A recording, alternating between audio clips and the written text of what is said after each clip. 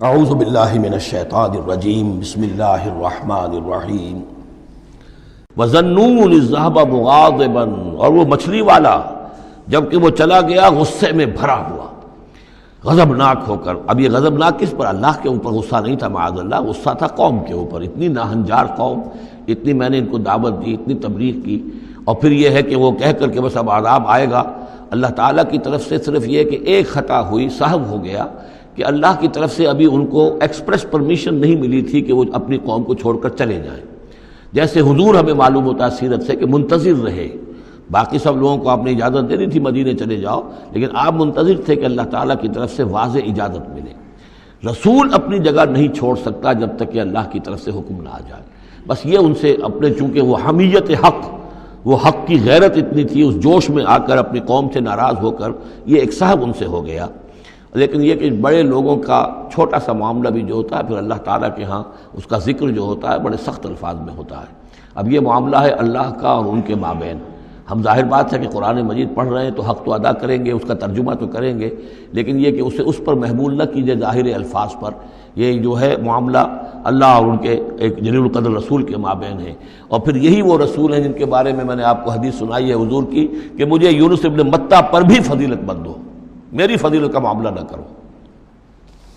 وَظَنُّونَ، مچھلی والا اس لیے کہتے ہیں کہ انہیں پھر مچھلی نے نگل لیا تھا، اس کے پیٹ میں وہ رہے۔ وَظَنُّونَ الذَّهَبَ مُغَاضِبًا، جبکہ وہ غصے میں بھرے ہوئے چلے گئے۔ فَظَنَّ أَن لَّن نَّقْدِرَ عَلَيْهِ، تو شاید اس نے یہ گمان کیا کہ ہم اسے پکڑ نہ سکیں گے یا ہم اس کو قابو میں نہ لا سکیں گے۔ واللہ عالم، یہ الفاظ جو ہیں بڑے سخت ہیں، یعنی یہ کہ مولانا شبیر احمد عثمانی صاحب نے یہ لکھا ہے کہ ان کے طرز عمل سے دیکھنے والا یہ سمجھ سکتا تھا کہ شاید انہوں نے سمجھا ہے کہ اللہ تعالیٰ ان کو پکڑ نہ سکے گا، لیکن ظاہر بات ہے کہ اس کا کوئی امکان نہیں کہ ایسا کوئی خیال حضرت یونس علیہ السلام کے دل میں پیدا ہو۔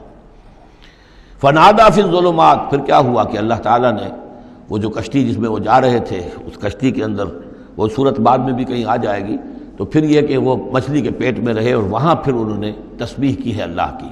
فنادا فی الظلمات، تو پھر وہ اس تاریکی کے اندر مچھلی کے پیٹ میں اللہ تعالیٰ کو پکارتے رہے، اللہ الہ الا انت سبحانک انی کنت من الظالمین، کہ تیرے سوا کوئی الہ نہیں ہے، تو پاک ہے اور یقیناً میں نے ہی ظلم کیا، میں خطا کار ہوں، مجھ سے غلطی ہوئی ہے، اے اللہ معاف فرما دے۔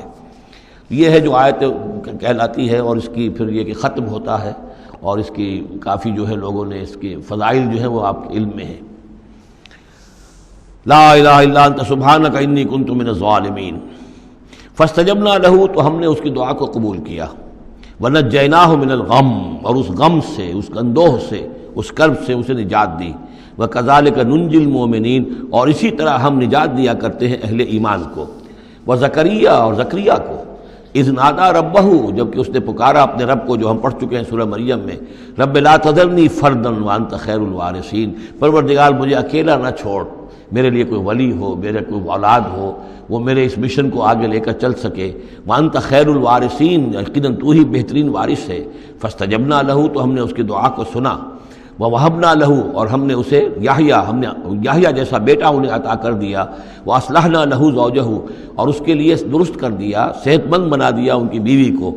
انہم کانوا یسارعون فی الخیرات، یقیناً یہ وہ لوگ ہیں کہ جو بھلائیوں میں، نیکیوں میں بہت سرگرمی دکھاتے تھے۔ وَيَدْعُونَنَا رَغَبًا وَرَهْبًا، اور ہمیں پکارتے رہتے تھے، ہم سے دعائیں کرتے رہتے تھے، رغبت کے ساتھ بھی، توقع کے ساتھ بھی، اور رہباً، خوف کے ساتھ بھی، بین الخوف والرجاء، ہماری پکڑ سے اور ہماری مواخذے سے ڈرتے بھی رہتے تھے، اور ساتھ ہی ہماری رحمت کے امیدوار بھی رہتے تھے۔ وَكَانُوا لَنَا خَاشِعِينَ، تو سب کے سب جو ہیں ہمارے سامنے جھک جانے والے اور ہمارا خوف رکھنے والے تھے۔ آپ دیکھ رہے ہیں یہ گلدستہ جو ہے انبیاء کے ناموں کا۔ والتی احسنت فرجہا، آخری ذکر ہے، اور وہ خاتون یعنی حضرت مریم سلام علیہا، جس نے اپنی شرمگاہ کی پوری حفاظت کی، یعنی ان کی عفت و عصمت جو ہے انہوں نے اس کو پوری طریقے سے بالکل پاک دامن رہیں۔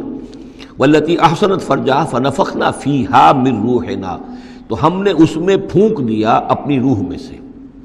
یہی لفظ کن جو ہے وہی ہے کہ جو ذریعہ بن گیا۔ فجعلناہا وابنہا، اور ہم نے بنا دیا اس کو بھی اور اس کے بیٹے کو بھی آیۃ للعالمین، ایک نشانی بنا دیا تمام جہان والوں کے لیے۔ ان ھذہ امتکم امۃ واحدہ، یقیناً یہ ایک ہی امت ہے، یہ ایک امت ہے تمہاری اور ایک ہی امت ہے۔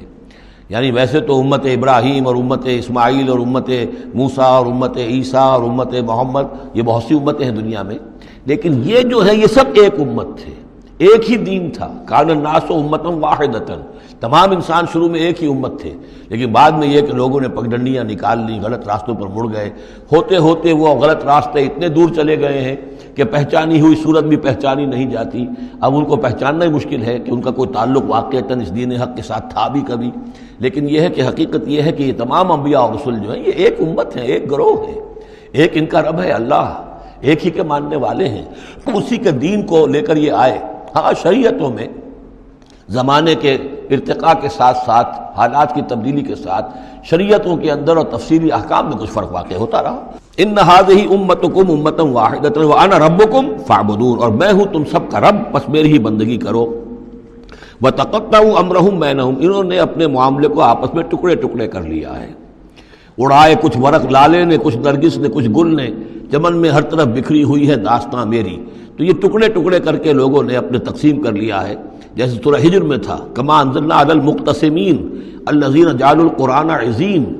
اب ہمارے ہاں بھی یہ ہے کہ ہمارے ہاں جو مختلف گروہ ہیں، مختلف جماعتیں ہیں، مختلف مسلک ہیں، سب کے ہاں کسی شے کی زیادہ اہمیت ہے، کسی کے ہاں کسی شے کی زیادہ اہمیت ہے، تو قرآن کو بھی اس وقت اس امت نے بھی گویا کہ تقسیم کر لیا ہے۔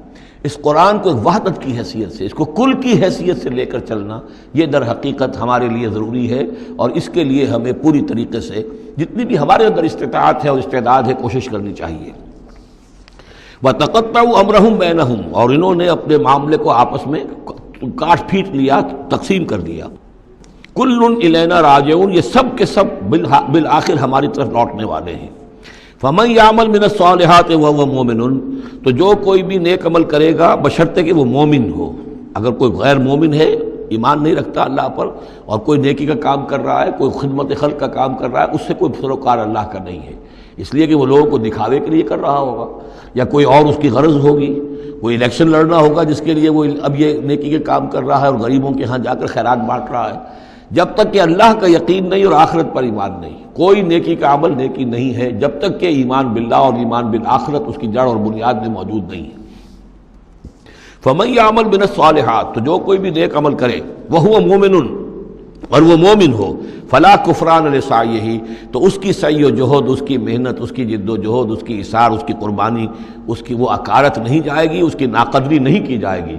اللہ تعالیٰ شکور ہے، قدر فرمانے والا ہے۔